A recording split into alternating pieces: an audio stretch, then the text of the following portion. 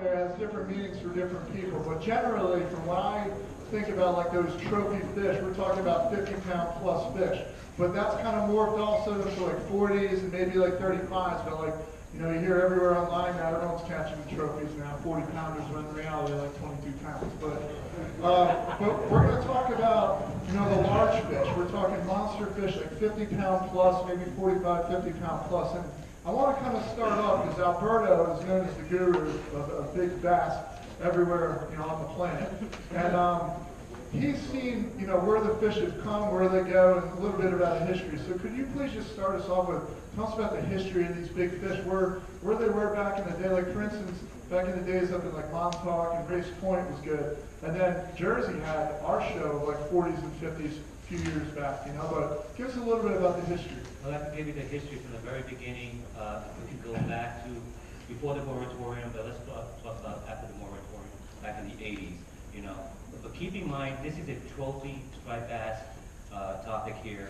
So what we're about to give you is very sensitive, big fish, successful tactics. Considering the fact that what we're dealing with today's, fishery, have a heart because you are going to catch big fish. So, you know, have a heart, take pictures, do let her go. Now, after the 80s, after the moratorium, I was part of the, before the closure. Our story with another guy by the name of Guy DePlaggio back in 1982. I remember the time that we were fishing under the Robert Moses Bridge, and then after that we went under the Brooklyn Bridge, and then we went to the Hudson River fish up here 17 on a Wednesday night about 2 o'clock in the morning.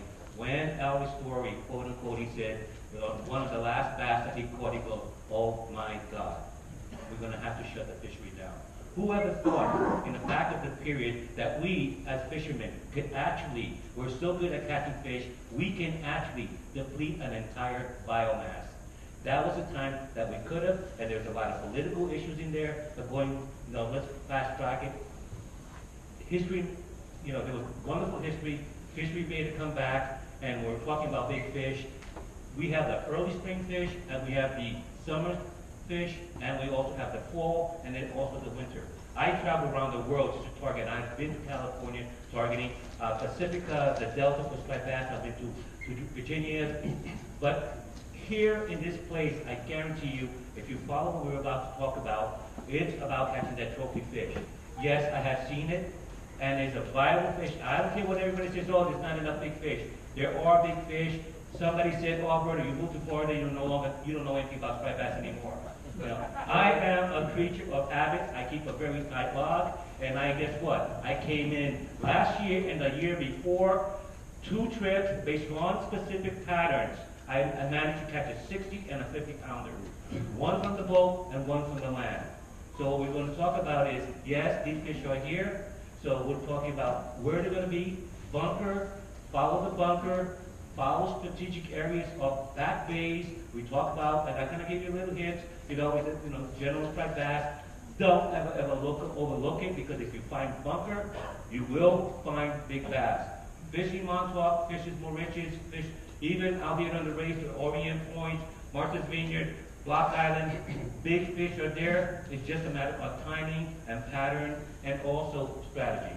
I want to say the most important thing about chasing after trophy stripers is that when you see Alberto post on Facebook that he's in New York, it's probably a good time to go fishing and follow him. You got to follow him and see where it's at. Because I know I just picked up on that tip, which is good. But let's talk about the area around here in general. And Sal, I'll start with you. We can go into obviously a little bit about specifics, but let's talk about the types of turf that we're trying to find these big bass around here in your Montauk area.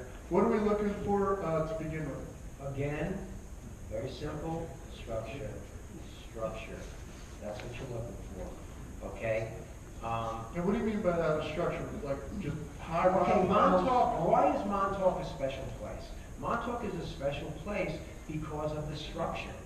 Because when the Ice Age glaciers receded back north, it was like these hands gouged out the earth and left all these nooks and crannies and crevices and rocks, and that's why Montauk is such a great place for all kinds of fish, because it attracts bait, and it's certainly a longer migratory kind of path for many fish. So that's the thing. The structure is there, and there are all kinds of places in Montauk. I would say, if you're a guy that says, look, I'm looking for a 50, I gotta catch a 50. What I would suggest is that you wanna fish the proper tide. For instance, this year it was the incoming tide. You wanna fish at night. You wanna fish the moons. 3 days either side of the full moon, and some guys like the new moon as well. Some guys like the new moon as well. And you gotta put your time in. You gotta put your time in, and when you get that fish, you gotta land that fish. You have got to land that fish. Now, I learned how to fish by going with a pin hooker who would stay out all night, and he'd tell me, Sal, come on, fish with me, I need a hand. Well, what time are you getting back? Oh, we're going out at 8, we'll be back by midnight. 4:30 in the morning, I'm unloading cartons of striped bass at Gossman's. Roger, I thought we were coming back at 12. I lied. Okay. But I learned how to fish. When you catch 535 pounds of striped bass in an evening, you know you get your technique down. So you have to have your technique. And the full moons are great. September, October full moons, awesome time to catch fish in Montauk, depending on the spots. And you gotta be patient. A lot of times you won't get a fish. A lot of times these monster fish travel alone. And you're not gonna catch a lot of other fish. And again, another place is block. In the fall, we go to block.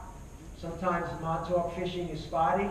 Go out to block, and there are certain spots in block, in close, among the rocks there, where you can catch, and that's where the world record is from. Well, Joe, that's great info.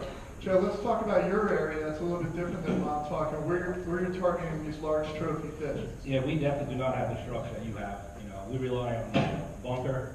The structure we have is going to be the natural. You know, sorry.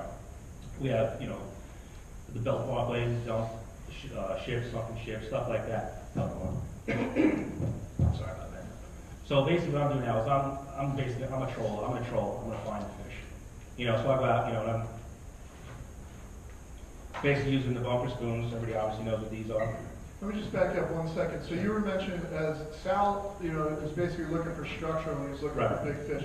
You're looking for bait. Basically, is that right? yes. And the big bunker is what you're kind of looking for. The adult bunker. That's where you're gonna, and similar to down in Jersey, we're pretty much structureless besides the jetties and the inshore snags within 3 miles. But so we're doing kind of the same thing as you. We're following those bunker pods. But go on. And so when you find these bait pods, what's going on? Well, we control actually locate the fish, because if you don't find them, put some lines in. Why not? You know, you fish and start looking. I like to do a 3-rod spread. And what that is, I'll have 2 of the adult bunker spoons I like to use.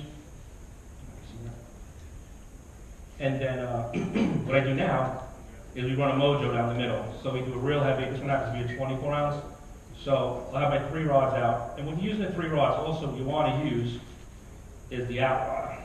So you get a further spread. So now, you know, you have the width of your boat plus the width of each rod. So, you know, if you have an 8 and 8, 16 plus a 10 foot beam, whatever, and you have that. So, with that being said, you just troll, you locate your fish.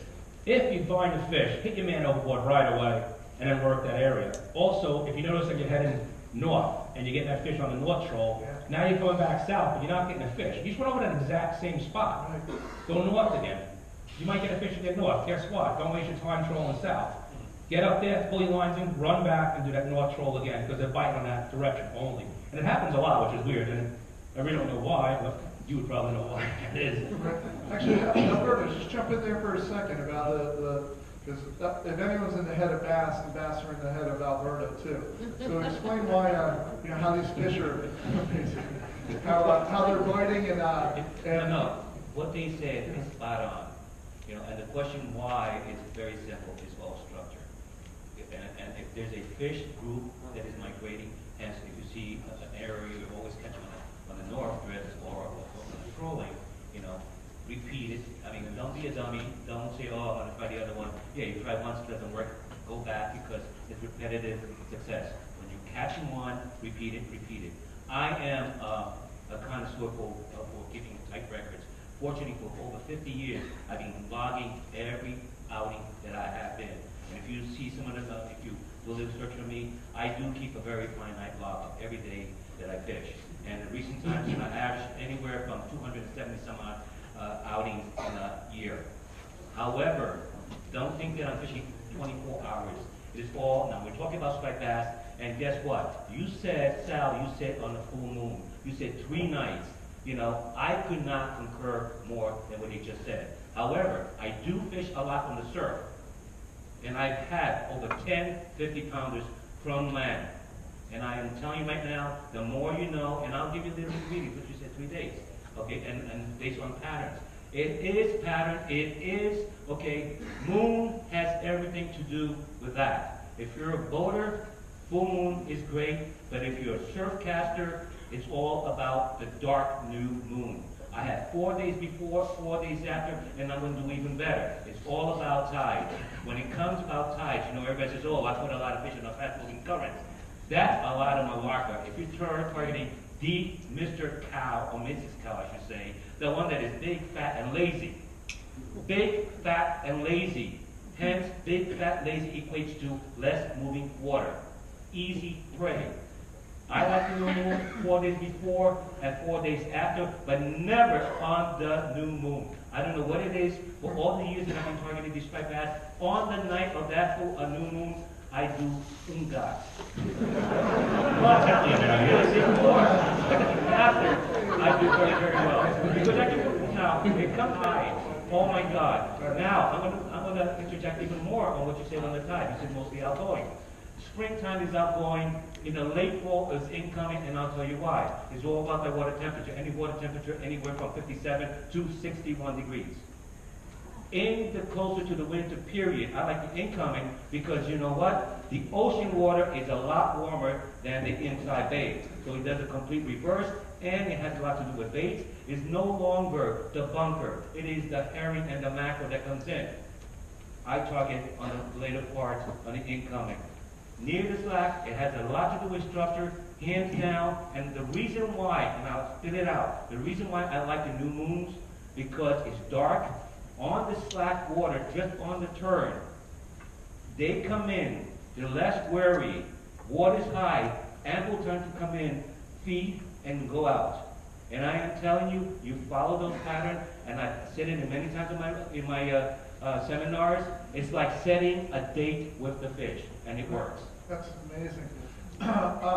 We're going to get into your tactics and techniques in a second, but I see you got this right here, Joey. What's happening when you're trolling for these fish? Well, now the new thing is braid. Everybody hates trolling wire. It's like, it kills you, you know, it beats you up. Go to fish have fun, not to get beat up. So what I have here is basically, this is a 16-ounce drill weight, and what I do is I connect this to approximately 15 feet of 80-pound mono, and of course a snap spool on the end. With that, you can use these same bumper spoon rods you use and the same reels, but instead of having your stainless or mono wire, now you can fill out with anywhere from like 65 to 80-pound braid. With the combination of this, it's going to get you down to basically the same depths that you have. A spool of wire is probably about 1 pound, give or take. Now, this is taking out fat right there. There's your weight where the wire is going to get you down. It's so much more fun fighting the fish on braid than it is wire. You're not going to get beat up. It's a lot more enjoyable, especially for clients and stuff. So very simple rig to make. Just take this, and people ask all the time, well, that's going to change the action of the spoon. It doesn't at all. The spoon works great. You catch just as many fish. But with that being said, if you're trolling 2 rods, which is important, there's a bunch of brands out there. This happens to be a Tony Maja. Now let's say you have a TGT. You don't want to troll those 2 spoons together because the TGT spoon requires a faster speed to work, whereas this spoon requires a slower speed to work. So if you have them both in the water, and you have this one working right, well, then that spoon's not going to work right, because your speed's low. So you always want to keep the spoons basically the same. You have 2 this brand, keep them both that brand. And that's basically, you know, it. If you can go with the, like I said, this is a slower speed, and the other spoon might be a faster speed. We had a question at lunchtime. A gentleman came up to me and wanted you to explain the Mojo way of trolling, which is, you know, Mojo ball kind of came into its own in Chesapeake. It took a while to get into southern Jersey, then northern Jersey. Now it's moved up into Long Island.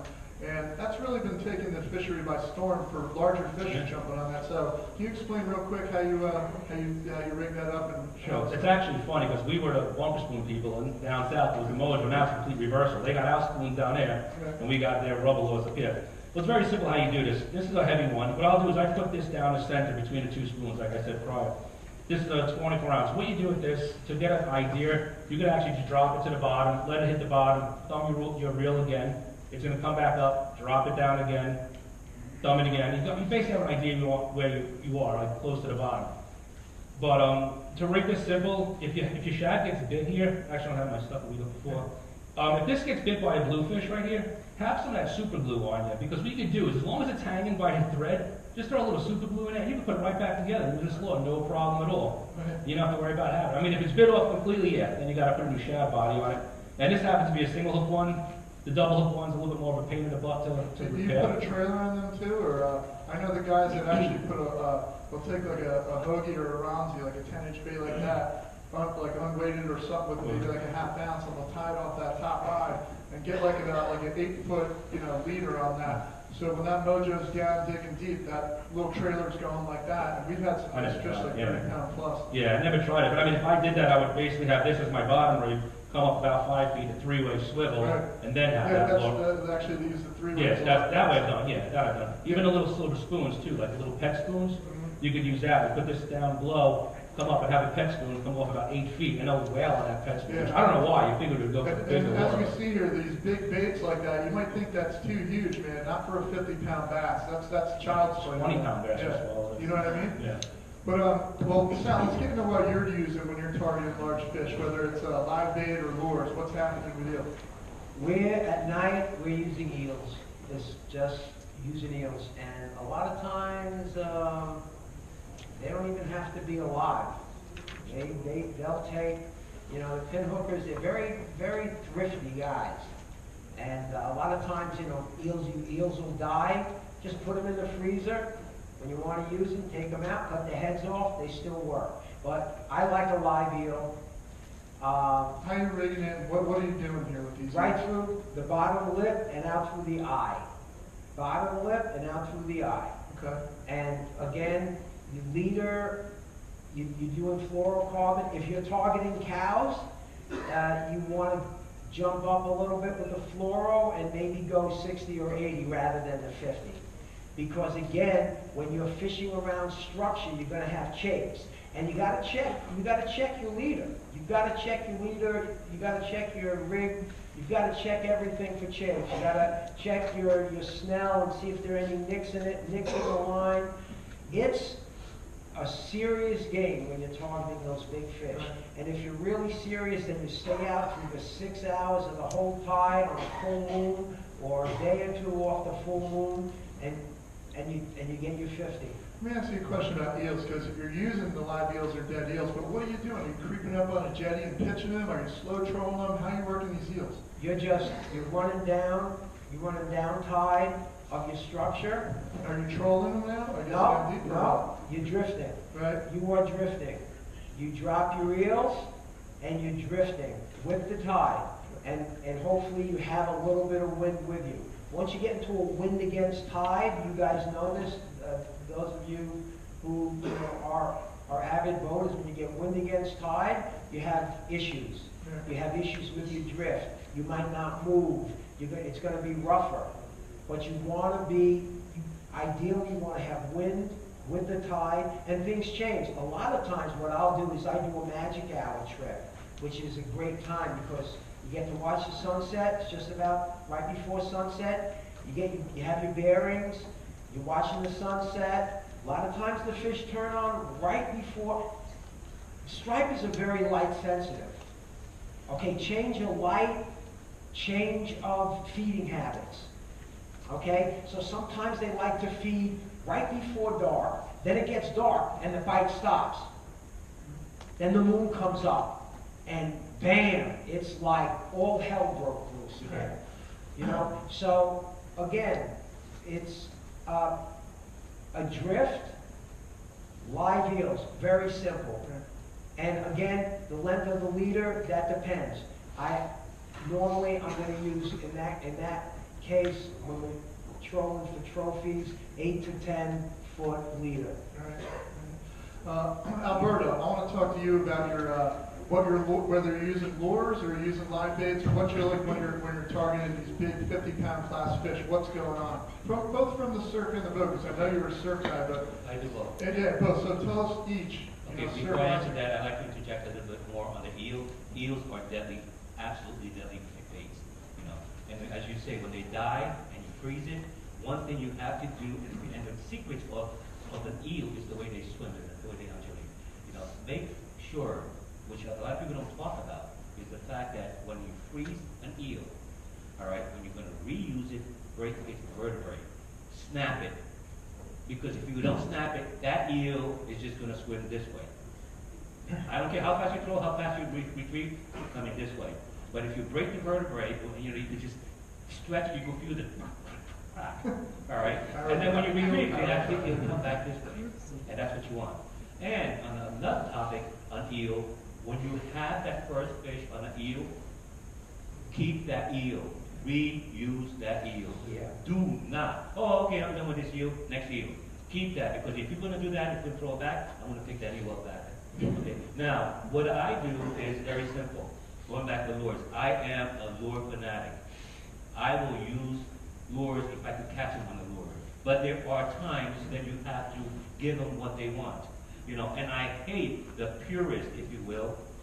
You know, and that's all in the social media, and people, you talk about it, because, oh, you know, you know, and I'm sick and tired of people saying, oh, you know, every picture that Alberto posts is all Photoshop. It is not. You know, anybody who knows me, I just tell it the way it is, whether you like it or not. You know, and the fact is, you know, I give what the fish wants. If the fish, okay, if there's a lot of bunker in the area, wow, what a dummy. You know what, I'm going to use bunker. And there is times, and I thought my biggest of the biggest, when there's no bunkers around, but it's all about structure. When you talk about structures, what now? Big bass are opportunist feeders. They're big, fat, like I said earlier, big, fat, and lazy. So in hence, you have to work with that lower stock or moving water tide. And know what their diet. They will eat eels. They will eat gorgal, sea bass, flounder, fluke, pogies, and then some. I fish structure mostly at nighttime. All right. If the water is dirty, I play dirty. I'll use bait. If the water is in clear, it's all about that working technique. And people say, oh, it's Alberto's lure, it doesn't matter. It does matter because the lure has to do the following. It needs to vibrate, it needs to be through wire, it's got to be extra strong, it's got to have an internal balancing system, and it's got to dive, it's got to swim, it's got to have a big profile. Period. This is what I use when the water smears black, and if there's a rock, if there's just a rip, this is what I throw. There's a variety of different lures, a variety of different colors you can use. Darker than nights, go dark, okay? Bright days, even near the slack water, go brighter. And I'm telling you, it actually works. Now, let's go back to the management of bait fish.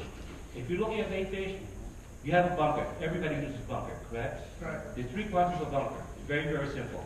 And if you have a friend who loves to compete with you, all right, you've got 3 parts. The best part, hands down, bar none, it is the head. You hook under the jaw, come out of the eye, all right, and because it has all the guts and the gory and the blood, and something's looking back at you, you know, they're going to take it. And the second part is the belly part, all the guts. And if you think about it, John DeMeo, who used to fish with us, yeah, a good friend of mine way back, you know, he gave me one very big secret, using the guts. And oh my God, that belly part, it is a lot of meat. And the friends that you do not like, and you have a bet with him, give him the tail. That's what you do. All right, very good information there. We only got about 3 minutes left, so what I want to ask each one of you guys, all right? We all know we're the big, you know, or we like to think we're the big bass are during times. Sal, I'm going to start with you and go down to Alberto. Where is the next world record striper going to be caught? Like, if all the things are lining up, like, tell me, is it going to be Block Island on outgoing tide in the middle of October? Like, where do you think it's going to happen, and how's it going to happen? I think it's going to be Block Island. There are certain spots out there. There's a place I've been trying to find called the Pig Pen. Only a few people know where it is, and They won't give it up. But I say Block Island on either side of the full moon. That sounds like a plan. Joey, yourself? My vote.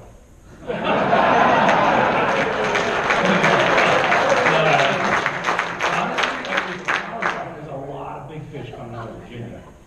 A tremendous amount of big fish. I feel it could be over. I know any yoke is going to kill me right now. Sorry, guys, but I think, yeah, Virginia, I think is a good spot. I think like Virginia too. What do you think though, Joe? You think it's going to be like a deal down there, or like what do you think they're going to be? Well, they're fishing the Mojos down there, so let's go with Mojo. Okay, Yeah. that makes sense. Alberto? Okay, I'll just leave you with this, you know, I've gotten to know all the world records of the big trophy hunters and one of the winners, and I basically asked a very simple question, and the answer needs to be a very simple yes or no. You know, I'm not decrying where they're fishing, I don't want to know exactly all the spots and everything else, it's simple yes or no, and this is the simple question that I'll ask. Is it true or not, and the next time you're going to go chase your big world record fish, or the biggest of your green fish, where would it be? And is it fair for me to say up the following, yes or no? Did you or did you not catch it around the near the new moon? Every one of them, out of the 10 people that I asked, including Bobby Rochetta, including Greg Myerson, and so every one of them said absolutely near the new